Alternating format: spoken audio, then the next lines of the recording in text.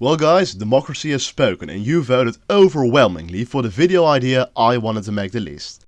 Why Germany could not have won World War II. So in this video I'm going over some of the more mainstream theories on how Germany could have won the Second World War.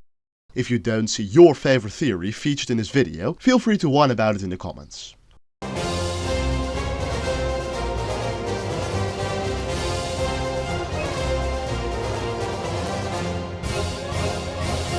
What if Germany never attacked the Soviet Union?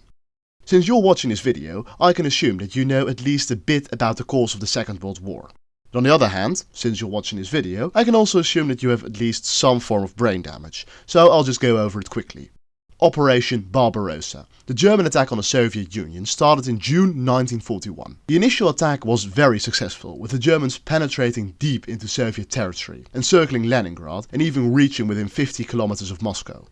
But they were eventually slowly and steadily pushed back when the Soviet war machine kicked into gear, combined with several tactical blunders on the German side, Romania and Italy being useless, and a severe shortage of fuel, which ultimately led to the Red Army being the main reason Hitler decided to paint his final painting on the wall of the Führer bunker.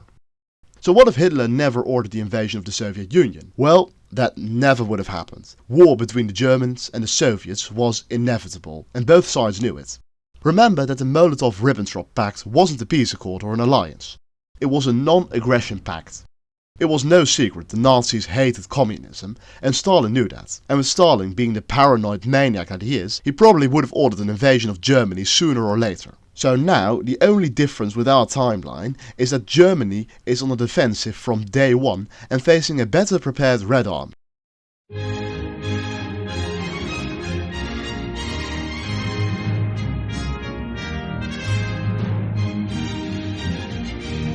Okay, I'm not even going to debunk this one, since there's no way this could have happened in real life. Operation Sea Lion was the German plan for an amphibious invasion of Britain.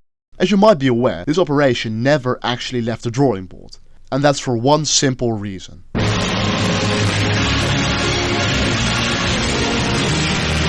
The British Navy was phenomenal, and the German Kriegsmarine was in no way, shape or form able to hold its own against it. Operation Sea Lion would be similar in scope to Operation Overlord, the Allied invasion of Normandy, and the Germans simply didn't have the industrial capacity to pull off something like that.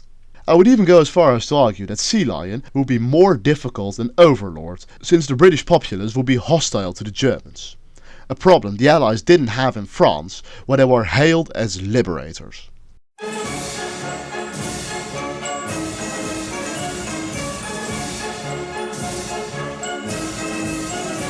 If only stupid Hitler didn't interfere in the war so much, then they might have won. Yeah, no, definitely not.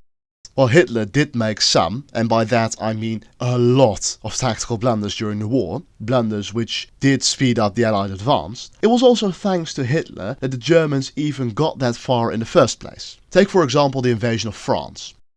Taking a shit ton of meth-fueled tanks and shoving them through one of the most densely forested and hard to traverse parts of Europe was a huge gamble which could have backfired immensely hadn't it been for the French High Command having their heads up their arses. If Hitler had listened to his generals, then that attack would have never occurred, and Germany could have very well gone for a more World War I style Schlieffen plan.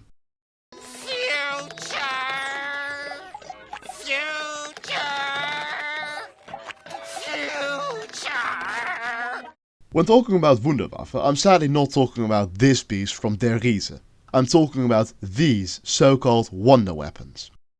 There's a prevalent myth that Germans invented much more advanced weapons than the Allies, and if only they were invented earlier and the Germans produced more of them, we'd all be goose-stepping to work every day. Now this theory bothers me the most out of any of these. First of all, there really wasn't that much wonder to these wonder weapons. They might have looked very cool, but most of them really sucked. I mean, cool plane you got there would be absolutely terrifying on the battlefield. Well, terrifying for the pilot that is, if the pilot's still conscious due to the excessive G-forces and low air pressure. This flying suicide booth was not only nearly impossible to control, it also didn't have a pressurized cabin, and the fuel fumes were extremely toxic. Or take this other plane. Now here I have to admit that this can be considered the first jet fighter, and of course this technology is still in use with most of the world's air forces.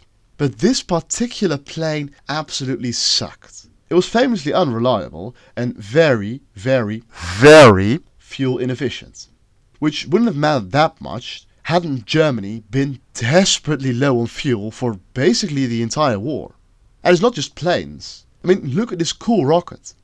Admittedly, this too was quite advanced, but it was also useless for hitting anything that wasn't the size of a small country. Or this bad boy. Apart from guzzling more fuel than the entire country of Luxembourg, these moving houses were extremely slow, making them perfect targets for artillery. And I'm not just talking about large equipment here. This is the Panzerfaust, a tube with a vase on the end of it that can destroy a tank in one hit without any recoil. If only every German soldier was equipped with one of these, then they could have won. Yeah, no. Taking out a tank with a Panzerfaust is like using a knife to take out a guy with a gun. Yes, it's technically possible, but only if you get really close. The Panzerfaust only had a range of around 60 meters or 200 feet in freedom units. So the soldier had to get really uncomfortably close to the enemy tank to secure a hit. And even then the Panzerfaust was single use and prone to misfire, therefore giving it a survivability only slightly higher than that of a bomb vest. Okay, there's probably more German Wunderwaffes out there, but if I rant about each and every one of them, it would take very long, and quite frankly, my attention span just isn't that big. But even if all of these weapons were mass-produced and their effectiveness was increased, they didn't hold a candle to the real wonder weapons of the war.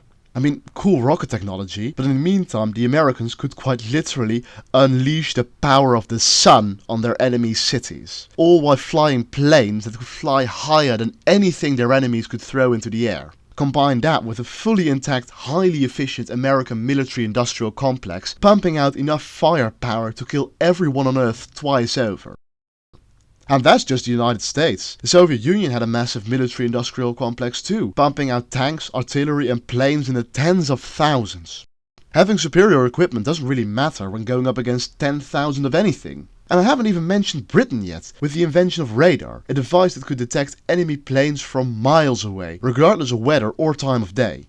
So kids, what did we learn? Germany in no way, shape or form could have won the Second World War.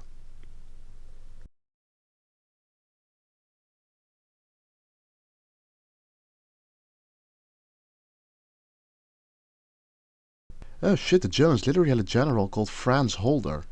If only they used him to hold France, they could have won.